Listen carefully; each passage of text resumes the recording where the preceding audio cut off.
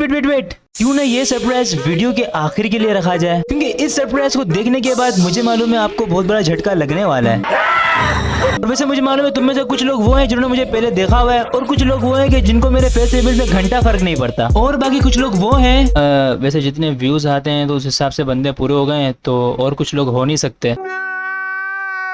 लेकिन इससे पहले मैं आपको अपनी लाइफ की ऐसी स्टोरी बताने जा रहा हूँ कि जो मेरे साथ अभी रिसेंटली हुआ है। मतलब कि वो इतना अजीब, unexpected action, fantasy, horror, thriller. ये कर लो पहले। तो इन शॉर्ट कहने का मतलब ये है कि वो ऐसी सिचुएशन थी ना जिसके लिए मेरे पास कोई अल्फाज नहीं है, मुझे माफ कर दे आप लोग सारे, मुझे छुट्टी दे दे। तो लास्ट जो फर्स्ट मेरी स्टोरी वीडियो थी वो बारिश वाली, ये भी उसी की तरह काम पर जाते वक्त की है। ठीक है। तो हुआ कुछ यूँ था कि हर रोज की तरह उस दिन भी मैं अपने काम के लिए जा रहा था, और एज यूजुअल लेट।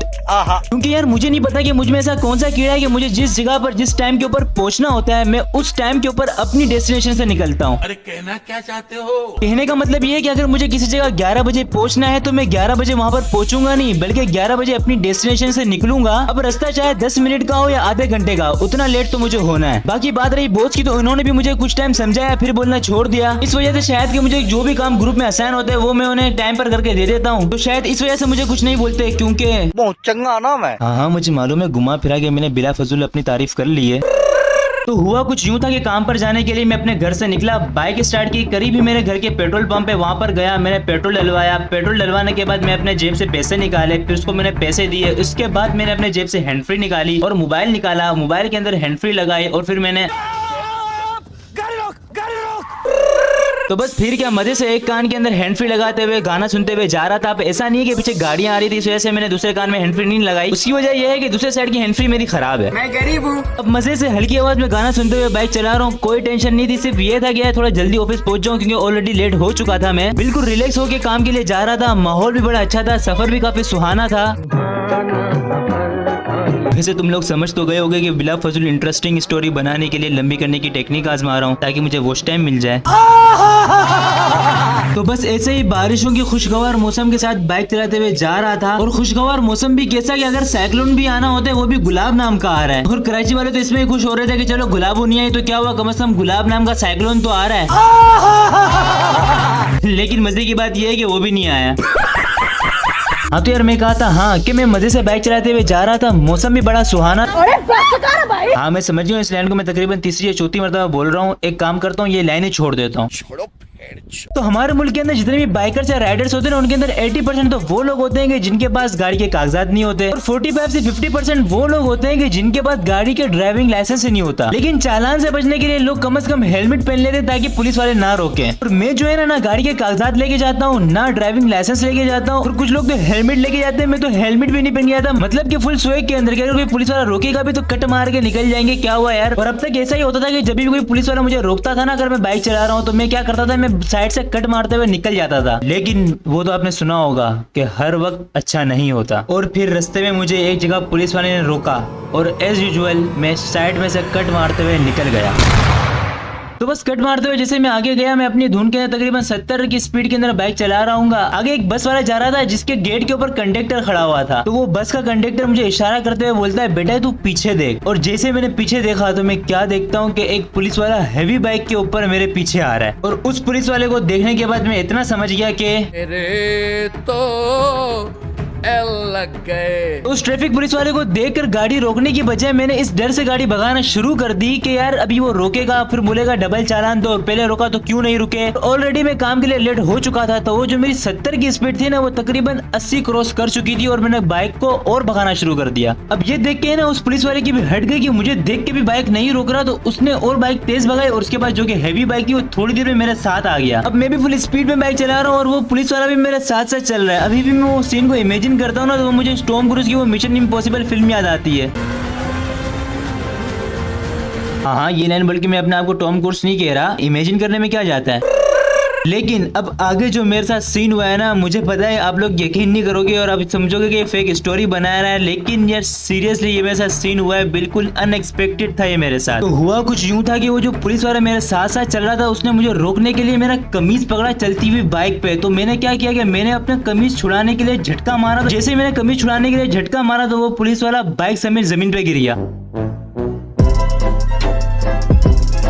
और जब मैंने ये देखा कि पुलिस वाला जमीन पर गिर गया तो ये देखकर मैंने बाइक को फिर भी नहीं रोका। मैंने बाइक की और स्पीड बढ़ा दी और मेरे को बस ये था मैं किसी तरह यहाँ से निकल जाऊं। और उस पुलिस वाले को जमीन पर गिरा हुआ देखकर पीछे जो दूसरे पुलिस वाले थे ना उनकी 64 पे लग गई और 2 पुलिस वाले और मेरे पीछे बाइक पर आना शुरू हो गए। अब यहाँ पर मैं ये समझ गया था कि अब ये चालान वाला सीन नहीं है, ये है चपेटों वाला सीन। तो मैंने बाइक को बिल्कुल भी नहीं रोका। मैं अपने ध्यान में था कि मैं किसी तरह भी यहाँ से ना गलियों वलियों से निकल जाऊंगा, लेकिन वो थे पुलिस वाले और थोड़ी देर के अंदर मेरे पास दोबारा पहुंच गए। और उसमें से वही एक पुलिस वाले ने मुझे रोकने के लिए हाथ बढ़ाया। मैंने हाथ को दोबारा झटका मारा और वो दूसरा पुलिस वाला भी गिर गया। इस सीन के बाद मुझे लग रहा है कि तुम लोग सच्ची में यकीन नहीं करोगे ये झूठ बोल रहा है, फेक स्टोरी बना रहा है, लेकिन अब मेरे पास कोई सबूत नहीं है, लेकिन ये वाकई में मेरे साथ सीन हुआ है। अब जहां से पुलिस वालों ने मुझे रोका था ना वहां से लेके जहां तक मैंने 2 बाइक वालों को गिराया ना वहां तक तकरीबन 1 से 1.5 किलोमीटर का रास्ता हुआ होगा और आगे का जो रास्ता था ना वो फुल ट्रैफिक से भरा हुआ था। और उस ट्रैफिक को देख के मैं समझ गया था कि यार यहाँ से निकल पाना बहुत मुश्किल है और पुलिस वाले मुझे इजिली पकड़ लेंगे। तो मैंने क्या किया, मैंने गाड़ी को रोंग ले लिया और रोंग से गाड़ी को निकालना शुरू कर दिया, लेकिन रोंग पर भी ट्रैफिक जाम थी। और जब मैं पीछे मुड़ के देखता हूँ ना तो 3 पुलिस वाले आ रहे थे और एक गाड़ी भी आ रही थी मेरे पीछे, लेकिन उनको ऐसा लग रहा था जैसे मैं बाइक को चोरी करते हुए लेके जा रहा हूँ। उस वक्त मुझे ऐसा लग रहा था जैसे मैं GTA खेल रहा हूँ, पूरी 6 पुलिस मैंने अपने पीछे लगाई हुई है। लेकिन उस वक्त भी ट्रैफिक के अंदर ना भाई मैंने बहुत बेहतरीन, मैं अपनी तारीफ नहीं कर रहा, बहुत बेहतरीन गाड़ी चलाई है। रोंग पर भी ऐसी निकाल के गया हूँ ना, मुझे खुद को नहीं पता था कि मेरे अंदर कौन सा जाम आ गया था, फुल राइडर बन गया था। उस वक्त पता लगा था कि मैं बाइक का राइडर कैसा हूँ। लेकिन आगे इतनी ट्रैफिक जाम के सारी गाड़ियां रुक गई। फाइनली मेरी बाइक भी आखिर रुक ही गई एक जगह पर। और जैसे मैंने पीछे मुड़ के देखा तो एक पुलिस वाला आया और उसने मेरी कमीज पकड़ ली। और फिर क्या, तो एक पुलिस वाले ने मुझे पकड़ा, मुझे मेरी बाइक पर ही बिठाया और खुद ने बाइक चलाकर थाने में मुझे लेके गया।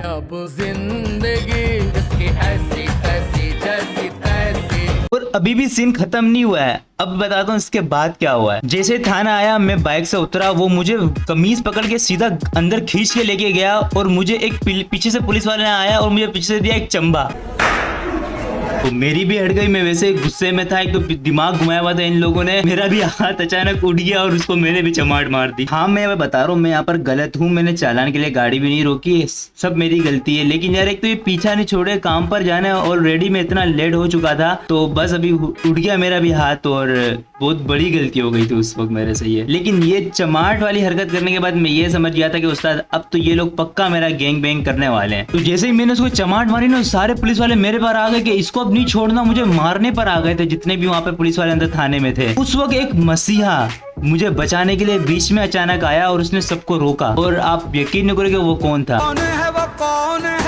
ये मसीहा वो था कि जिसे मैंने सबसे पहले बाइक से गिराया था और वो थे एक बुजुर्ग अंकल। उन्होंने क्या किया, सबसे पहले जितने भी पुलिस वाले थे उन सबको पीछे किया और मुझे बोला जाके चुपचाप सामने कुर्सी पर बैठ जाओ। अब है ना, अब तक मैं भी फुल गुस्से में था कि यार जो भी होगा देखा जाएगा, मुझे डर बिल्कुल भी नहीं लग रहा था, जो भी होगा मैं देख लूंगा। लेकिन ये अंकल को देख के मैंने इनकी बात मानी और मेरा गुस्सा बिल्कुल ठंडा हो गया, मैं जाके चुपचाप कुर्सी पे बैठ गया। लेकिन पुलिस वाले साले पीछे से फिर भी बोल रहे थे कि इसके ऊपर हम 5,000 का चालान करेंगे और है ना इसके ऊपर FIR कटाएंगे, चोरी की बाइक का इल्जाम लगाएंगे। और जैसे ये सारी बातें मेरे कान में आ रही थी ना, मैंने बोला ये क्या बात करता है यार। अब यार देखो वीडियो है ना बहुत ज्यादा लंबी होती जाएगी, आगे भी फिर बातें हुई और ये तो, लेकिन मैं तुम्हें इन शॉर्ट करके बता देता हूँ। फिर क्या, वो अंकल है बिल्कुल तरीके से, बिल्कुल हम्बल तरीके से मेरे पास आके मुझे बोला तेरी गुंड च केड़ा कीड़ा था जेड़ा तेरे अंदर चुरमुर करदा है।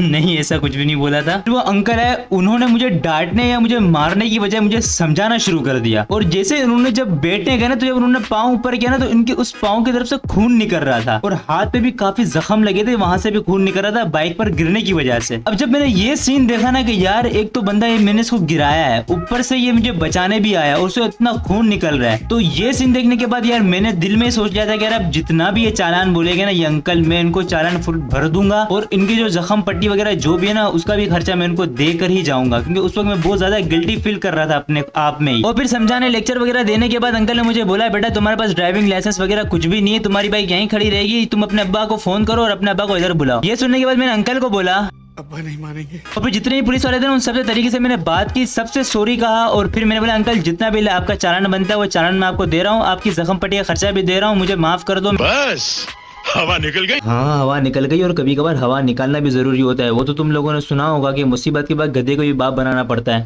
गजब टू भी बाज आदमी। तो बस इस तरह का कुछ अजीब सा सीन हुआ था मेरे साथ, मतलब कि रियल लाइफ GTA खेल ली और पूरी 6 पुलिस लगा ली मैंने अपने पीछे, वो भी रियल लाइफ में। तो होपफुल आप लोगों ने एंजॉय की होगी स्टोरी, और अगर यहाँ तक आपने देखी तो एंजॉय की है, तभी यहाँ तक देखिए तो वीडियो को लाइक जरूर कर देना, और अगर पहली मर्तबा चैनल पर आए तो सब्सक्राइब जरूर कर दो। फिर मिलते हैं दूसरी वीडियो में, जब तक के लिए फेस रिवील का बोले तो फेस रिवील मेरा बाप करेगा।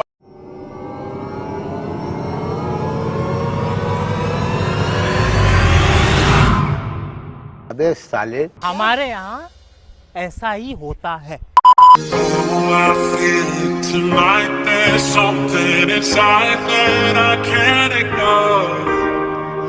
Oh, I feel it tonight. That look in your eyes got me begging for more. Oh, I feel it tonight. There's something inside